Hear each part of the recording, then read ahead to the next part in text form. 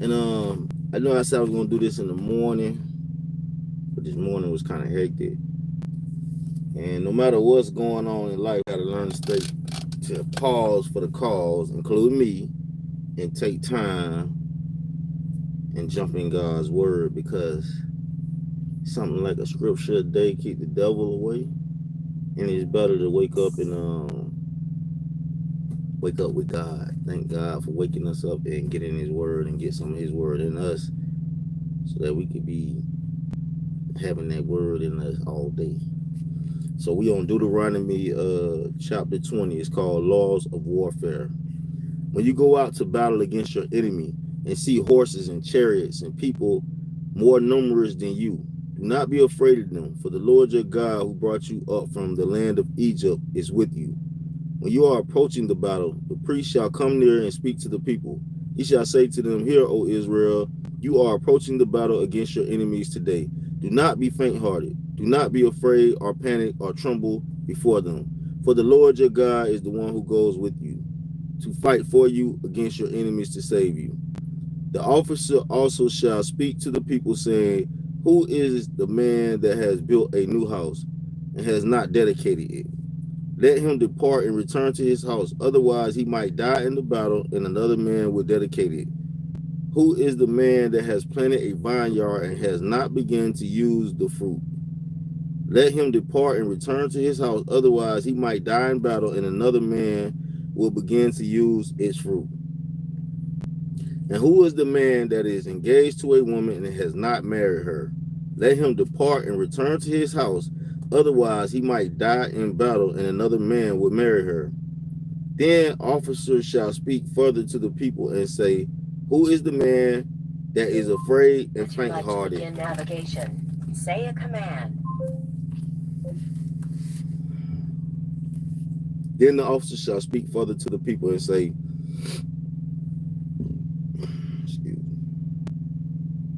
Who is the man that is afraid and faint-hearted? Let him depart and return to his house, so that he might not make his brother's heart melt like his heart. When the officers have finished speaking to the people, they shall appoint commanders of armies at the head of the people. When you approach a city to fight against it, you shall offer it terms of peace. If it agrees to make peace with you and opens to you, then all the people who are found in it shall become your forced labor and shall serve you. However, if it does not make peace with you, but makes war against you, then you shall besiege it. When the Lord your God gives it into your hand, you shall strike all the men in it with the edge of the sword. Only the women and the children and the animals and all that is in the city, all its spoils, you shall take as booty for yourself. And you shall use the spoil of your enemies, which the Lord your God has given you. Thus you shall do to all the cities that are very far from you, which are not of the cities of the nation nearby. Only in the cities of these people that the Lord your God is giving you as an inheritance, you shall not leave alive anything that breathes, but you shall utterly destroy them, the Hittite and the Amorite and the Canaanite and the Perizzite and the Hivite and the Jebusite, as the Lord your God has commanded you, so they may not teach you to do according to all their detestable things which they have done before their gods, which they have done for their gods, so that you would sin against the Lord your God. When you besiege a city a long time to make war against it in order to capture it, you shall not destroy its trees. You shall not destroy its trees by swinging an axe against them, for you may eat from them. And you shall not cut them down, for is the tree of the field a man that it should be besieged by you? Only the trees which you know are not fruit trees you shall destroy and cut down, and you may construct sedgewood against the city that is making war with you until it falls.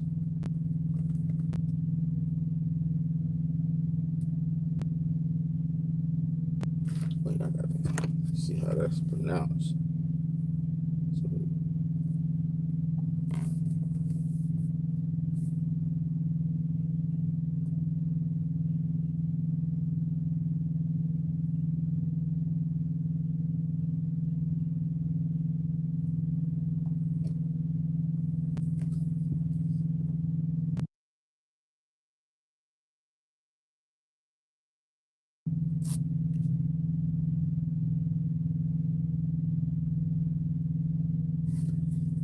Expiation of a crime. So this is chapter 21. We just gonna keep it going. It's getting a little hot in here. I think it's raining out there. I had the heat on in here. It was cold. Now I'm getting hot. Got some loud trucks out there. So we is in 21.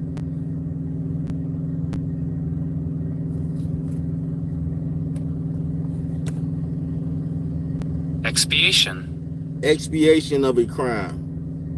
Expiation of a crime. Expiation means the act of making amends or reparation for the guilt or wrongdoing, atonement, an act of public expiation. That word. Expiation. Expiation. You try saying it. Expiation. And the spelling is E-X-P-I-A-T-I-O-N. Expiation. Expiation of a crime. Chapter 21, Deuteronomy. If a slain person is found laying in the open country in the land which the Lord your God gives you to possess, and it is not known who has struck him, then your elders and your judges shall go out and measure the distance to the cities which are around the slain one. It shall be that the city which is nearest to the slain man, that is the elder of that city, shall take a heifer of the herd which has not been worked and which has not pulled in a yoke, and the elder of that city shall bring the heifer down to a valley with running water, which has not been plowed or sown, and shall break the heifer's neck there in the valley. Then the priests, the sons of the Levi, shall come near, for the Lord your God has chosen them to serve him, and to bless in the name of the Lord, and every dispute and every assault shall be settled by them. All the elders of the city, which is nearest to the slain man, shall wash their hands over the heifer whose neck was broken in the valley. And they shall answer and say, our hands did not shed this blood, nor did our eyes see it. Forgive your people, Israel, whom you have redeemed, O Lord, and do not place the guilt of innocent blood in the midst of your people, Israel. And the blood guiltiness shall be forgiven them. So you shall remove the guilt of innocent from your midst when you do what is right in the eyes of the Lord. Domestic relationship. When you go out to battle against your enemies, and the Lord your God delivers them into your hand, and you take them away captive, and see among the captives a beautiful woman, and have a desire for her, and would take her as a wife for yourself, then you shall bring her home to your house, and she shall shave her head and trim her nails. She shall also remove the clothes of her captivity, and shall remain in your house, and mourn her father and mother a full month. And after that you may go into her and be her husband, and she shall be your wife. It shall be, if you are not pleased with her, then you shall let her go wherever she wishes, but you shall certainly not sell her for money. You shall not mistreat her because you have humbled her.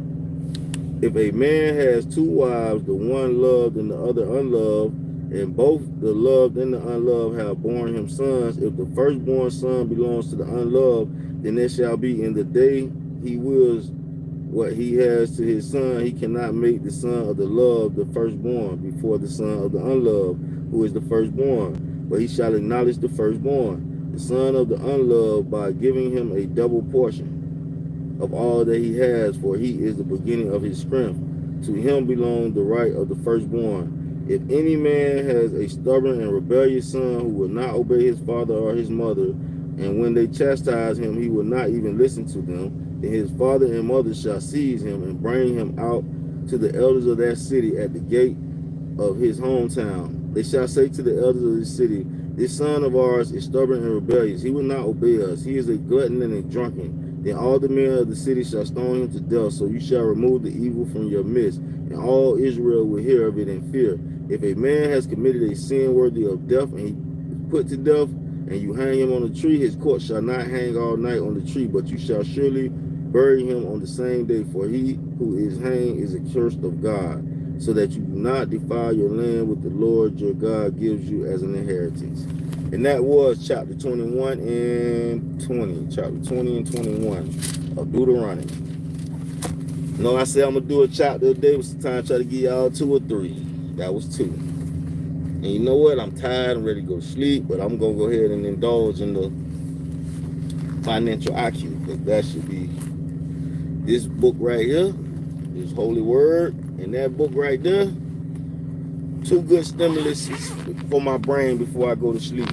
Much better than Facebook, IG, and the ground. Two stimuluses of reading. Stimulate my mind. I might start ending my nights like this too. Start my day like this and end my night like this.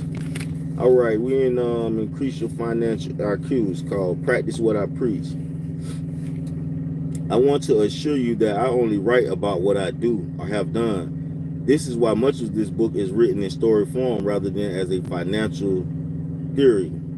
This does not mean I recommend you do exactly what I do, nor does it mean what I do will work for you. I simply want to share with you my experiences, a journey of solving financial problems that continues today. I share with you what I have learned with the intent that it will assist you in increasing your own financial IQ. Number 5, improving your financial information. I also know that I do not have all the answers. I do not know if I could survive a massive financial disaster. What I do know is that whatever problems or challenges the future holds, I will look at them as simple opportunities to get smarter and increase my financial IQ rather than panic. I believe I can adjust and prosper because of my financial intelligence. I wish the same for you, which is why the Rich Dad Company and its products and programs were created. It's not about having the right financial answers, it's about having the right financial abilities. As my rich dad said, answers are about the past and abilities are about the future. We have other IQs. We are all different. We have different interests and dislikes. We have different strengths and weaknesses. We have different gifts and genuineness. I say this because I do not think financial intelligence is the most important intelligence or the only intelligence. Financial intelligence is simply intelligence we all need since we live in a world of money, or to be more exact, currency, as my rich dad said. Rich or poor, smart or not smart, we all use money. There are many important types of intelligence, such as medical intelligence. Every time I see my doctor, I am grateful that he dedicated his life to developing his intelligence and his gift. I am also glad that I have enough money and insurance to pay for whatever medical challenges I may face. To this, Rich Dad said, money is not the most important thing in life, but money does affect everything that is important. When you think about it, money affects our standard of living, health, and education. Studies show that poor people have poor health, poor education, and shorter lifespan. Before going on with development of our 5 financial intelligence, I want to be clear that I do not think financial intelligence is the most important of all intelligence. Money is not the most important thing in life. Yet, if you stop and think about it, your financial intelligence does affect many things that are important to you in your life. Other types of intelligences. Today, there are a number of different types of intelligence we need to survive and thrive in society. 3 important intelligences are academic intelligence. Academic intelligence is our ability to read, write, do mathematics, and compute data.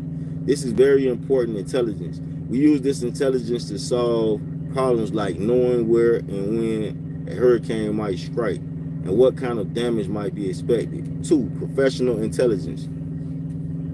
This is the intelligence we use to acquire a skill and earn money. For example, a medical doctor will spend years developing his very important intelligence. A doctor's skill will earn them a substantial income and solve many people's problems. In simple terms, professional intelligence is the intelligence we use to solve people's problems, and people are willing to pay for those solutions. If my car is broken, I am very happy to pay money to the auto mechanic who fixes my car. I am also very happy to pay my housekeeper. Money. She solves a very big problem for my wife and me. She is important in our life. In my business, I have different people who manage different aspects of my business. These individuals tend to have great people skills as well as great technical skills. These people and their varied intelligences are essential to my business. An important lesson from Rich Dad was that different business require different technical intelligences. For example, in the Rich Dad Company, I need people with Excellent business and people skills. In my real estate business, I need people with technical skills such as licensed plumbing and electrical professionals. The next one is health intelligence. This is only three. Let's just knock them through out. Health and wealth are related. Healthcare and consequently health is rapidly becoming the biggest problem facing our world. Social Security is only a problem. $10 trillion problem. Medicare is a $64 trillion problem. As you know, there are many people getting rich by making other people sick. The junk food, soft drinks, cigarettes, alcohol, and prescription drugs industries are a few examples. And the cost of these health problems are passed on to you and me in the form of taxes. A few months ago, I went to a Boys and Girl Club to assist their financial education program. It was an eye-opening experience. Talking to the staff, dentists, I learned that the main reason inner city kids miss school is because of toothaches. The cause of toothaches is sugar drinks and a lack of dentists. This leads to poor health and obesity, which can bring on diabetes. Personally, I think it's tragic that the U.S. spends billions fighting a war and yet does not provide health education and health care for all kids. My point is we need different types of education and intelligence to do well in this brave new world we live in. While I do not think financial intelligence is the most important intelligence, it does affect everything that is important. All right, there you have it. Where's the paper for this one? Oh, I set it somewhere. Where did I sit it? I'm missing a piece of paper. I wrote something on that paper too. Damn it, where did I put that paper? Bro, y'all see how I lose stuff right in front of y'all? Oh, there we go. I was like, I know I had this paper. So, you got you 2 chapters out the Bible and you got you some financial IQ. I'll see y'all in the morning. Oh, probably in the afternoon because I stopped pretty late tonight. So probably the afternoon. I'll let y'all tomorrow. Millionaire Mission. Make sure you DM me on IG, One Milktastic, to order these. 1 Millionaire Mission clothing. You can actually go to the clothing page and order it. We'll give y'all some updates when we get some updates. Till then, my friend, make sure you like, comment, and subscribe. All that good shit.